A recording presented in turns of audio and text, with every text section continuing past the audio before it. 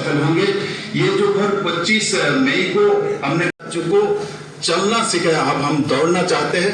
आपने जिस तरीके से त्रिपुरा को में जिन सिंह अधूरा था, यानी हमने 3 करोड़ बना आपके कार्यकाल को जमीन पर उतारा। त्रिपुरा को देखो, 29 साल में केवल एक। आप क्या करती हैं, कहाँ रहती हैं,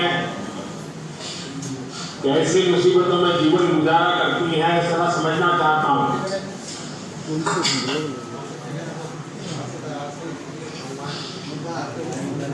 सर, मेरी नाम अनीता देवर्मा है।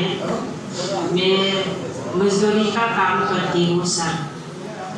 मैं त्रिपुरा धुलाई डिस्ट्रिक्ट कंगनसरा गांव में रहने वाली हूँ। घर में मेरे अलावा 2 बेटा है सर, वो लोग पढ़ाई करता है। फिलहाल तो मिट्टी का घर में रह रही हूँ सर। आपकी कोई पढ़ाई हुई क्या? ना सर। नहीं हुई। मकान मिस्त्री लोग का मदद लेके बनाऊंगी सर। तो आपको कुछ आता है मिस्त्री वाला काम, कुछ जानती हैं आप? मिस्त्री वाला काम तो नहीं जानती हूँ सर, फिर भी वो मिट्टी वगैरह ईटा वगैरह की एक फाइल का सदुपयोग किया और अच्छा मकान बनाया, ताकि आने वाले कई वर्षों तक मकान के कारण बच्चों को कोई परेशानी ना हो।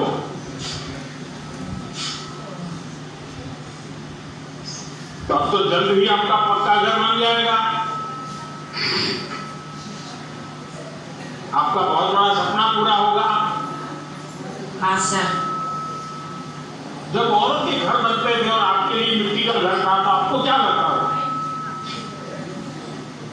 मेरी भी मन करता था सर ऐसे घर में रहने को, पर अभी तो आप हमारा केंद्र सरकार के और त्रिपुरा सरकार से मदद से मेरे भी ऐसा घर हो जाएगा सर।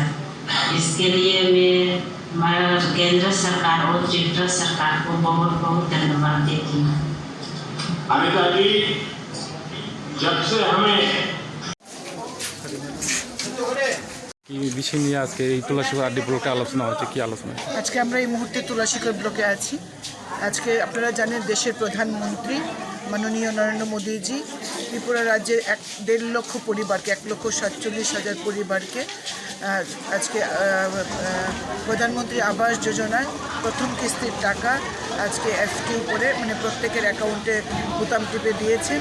এই অনুষ্ঠানকে সামনে রেখে আজকে মাননীয় প্রধানমন্ত্রী দেশবাসীকে সম্বোধন, ত্রিপুরাবাসীকে সম্বোধন করেছেন এবং রাজ্যের মাননীয় মুখ্যমন্ত্রী থেকে শুরু করে কেন্দ্রীয় মন্ত্রী গিরিরাজ সিং এই বিষয়ের উপর আলোচনা রেখেছেন।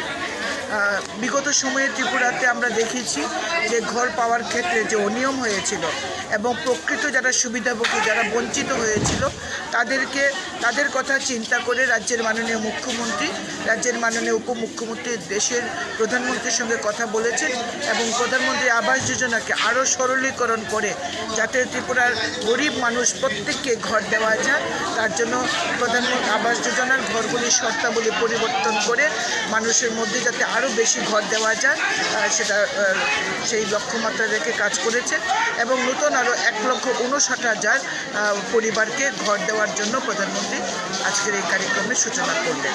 নমস্কার ম্যাডাম।